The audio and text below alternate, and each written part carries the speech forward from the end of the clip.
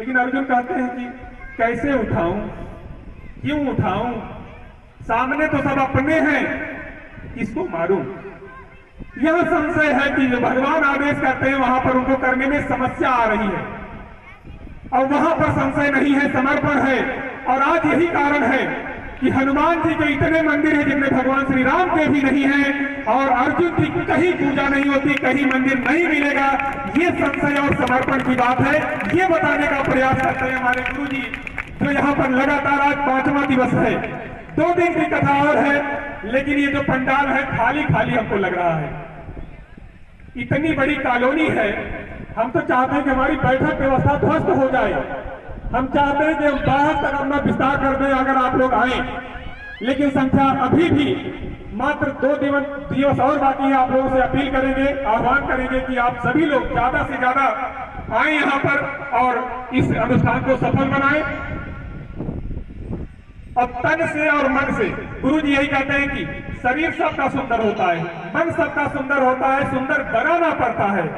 गुरु जी ने एक बात कही है कि अच्छा ये बताइए शशिकांत मिश्रा जी, अगर दर्पण में वैसे चित्र दिखता है सबका, दर्पण में अगर चित्र के बजाय चरित्र दिखने लगे तो कितने लोग दर्पण देखना बंद कर देंगे।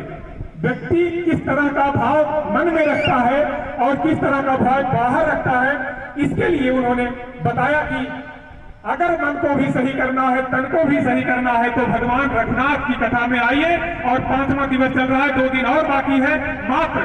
और भगवान राम के राज्य की कल्पना की बात हम क्यों करें? हम तो कल्पना कर रहे हैं कि राम पादुका की बात कर रहे हैं। भगवान राम का राज्य नहीं होता है,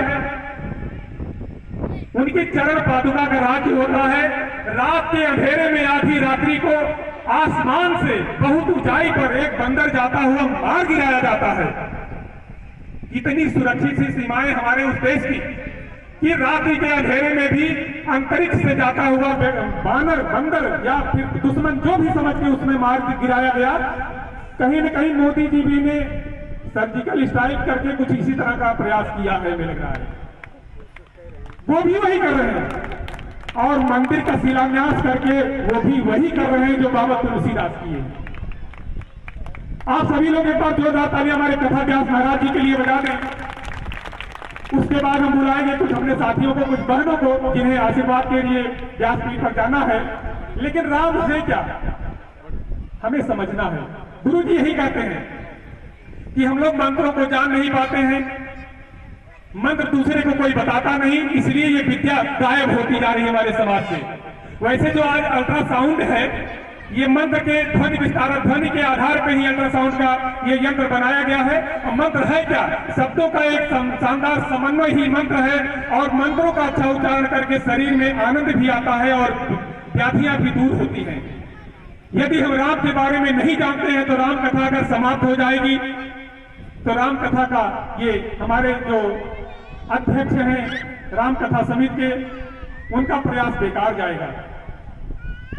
इसलिए आप सभी लोगों से निवेदन है कि आप लोग इस मर्म को समझें कि राम है क्या, ये समझना जरूरी है।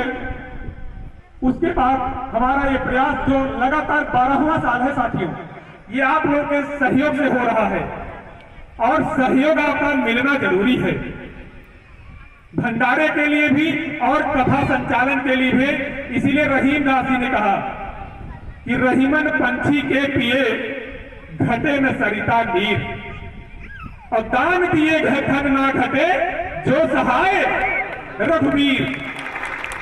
तो आप लोगों से निवेदन है कि अपने धन को पवित्र करिए और अपने परिवार को स्वस्थ रखिए, यहाँ पर दान जरूर करिए, क्योंकि यह संतों की बाणी है, हमारी नहीं। गुरु जी व्यास जी कहते हैं कि यह संतों की बाणी है।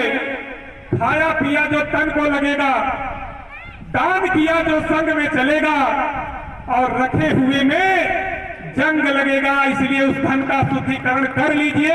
जितने लोग आए हुए हैं सभी लोगों से आग्रह रहेगा, 1 रुपए का ही सहयोग जरूरी है, जिससे आपको इस कार्यक्रम से अपनापन लगे आपको कि आपका कार्यक्रम है, आपने योगदान दिया है। और लगातार 12वां वर्ष, 12 की संख्या बड़ी महत्वपूर्ण होती है, हमने उस दिन भी बताया था। 12 वर्ष चित्रकूट में बिताया था राम ने, 12 वर्ष का वनवास मिला था पांडवों को। और 1 साल का अज्ञातवास था। ये 12वां साल है, इसलिए इसके बारे में बता रहे हैं। जब 13वां साल आएगा तो हम बताएंगे 13 साल की विशेषता। लेकिन राम क्या है, राम को समझना जरूरी है। और यही बताने के लिए आज 5वां दिन हमारे गुरु जी महाराज आपको सुना रहे हैं कथा विभिन्न प्रसंगों के माध्यम से। हरे राम हमारे गौरव के प्रतिमान हैं।